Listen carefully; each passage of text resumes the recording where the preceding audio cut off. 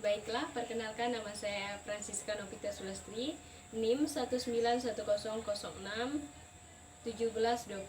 Di sini saya akan memaparkan materi dari kelompok kami, yaitu tentang supervisi pendidikan, mata kuliah manajemen sekolah. Baiklah, yang pertama-tama kita langsung ke materinya. Yang pertama yaitu pengertian supervisi pendidikan. Secara morfologis, supervisi berasal dari dua kata bahasa Inggris, yaitu super dan passion.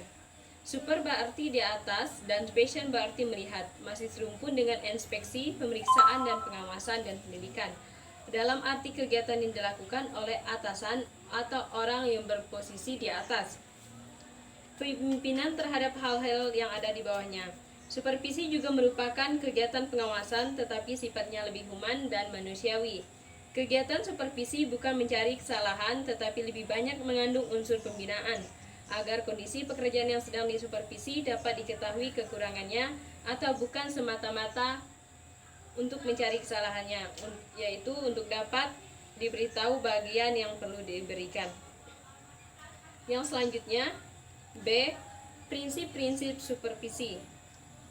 Dalam melaksanakan tugasnya, seorang superior harus berpegang pada prinsip-prinsip yang kokoh demi kesuksesan tugasnya atau memiliki pedoman bagi pelaksanaan tugasnya.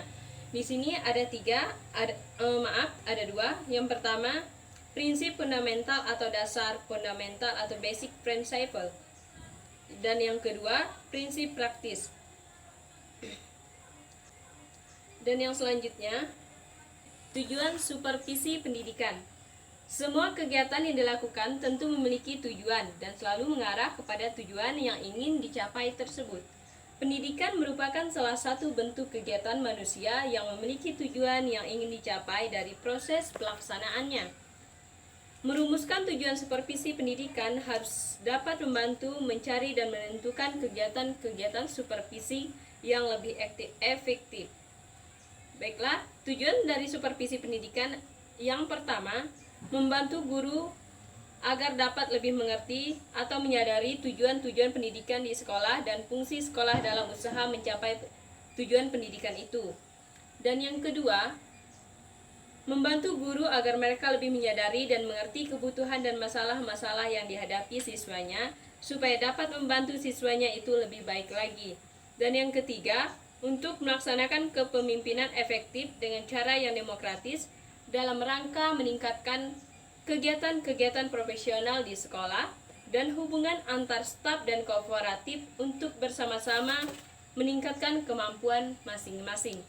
Keempat, menemukan kemampuan dan kelebihan tiap guru dan memanfaatkan serta mengembangkan kemampuan itu dengan memberikan tugas dan tanggung jawab yang sesuai dengan kemampuan. 5. Membantu guru meningkatkan kemampuan penampilannya di depan kelas. 6. Membantu guru baru dalam masa orientasinya supaya cepat dapat menyesuaikan diri dengan tugasnya dan dapat mendayagunakan kemampuan secara maksimal. Dan yang ketujuh, membantu guru menemukan kesulitan belajar murid-muridnya dan merencanakan tindakan-tindakan perbaikannya. Dan yang ke-8, menghindari tuntutan-tuntutan terhadap guru yang di luar batas atau tidak wajar, baik tuntutan itu datangnya dari dalam sekolah maupun dari luar sekolah atau di dalam masyarakat. Dan yang selanjutnya, fungsi supervisi pendidikan.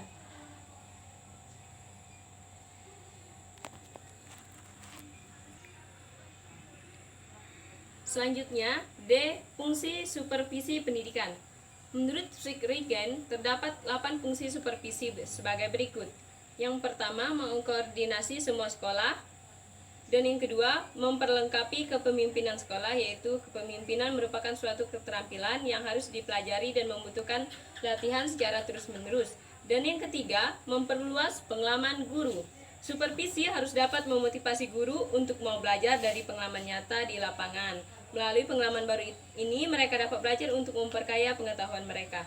Dan yang keempat, menstimulasikan usaha-usaha sekolah yang kreatif.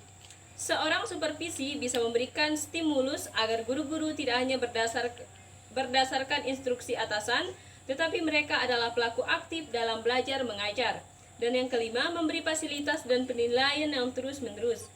Penilaian diberikan terus bersifat hanyalah menyeluruh dan kontinu. Mengadakan penilaian secara terus merupakan suatu fungsi utama dari supervisi pendidikan. Dan yang keenam, menganalisis situasi belajar mengajar. Tujuan dari supervisi adalah untuk memperbaiki situasi belajar mengajar. Dan yang ketujuh, memberikan pengetahuan dan keterampilan kepada setiap anggota staf. Supervisi berfungsi untuk memberikan dorongan stimulasi dan membantu guru agar dapat mengembangkan pengetahuan dan dalam keterampilan mengajar. Dan yang kedelapan, memberikan wawasan yang lebih luas dan terintegrasi dalam merumuskan tujuan-tujuan pendidikan kemampuan mengajar seorang guru. Sekian materi dari saya ucapkan terima kasih.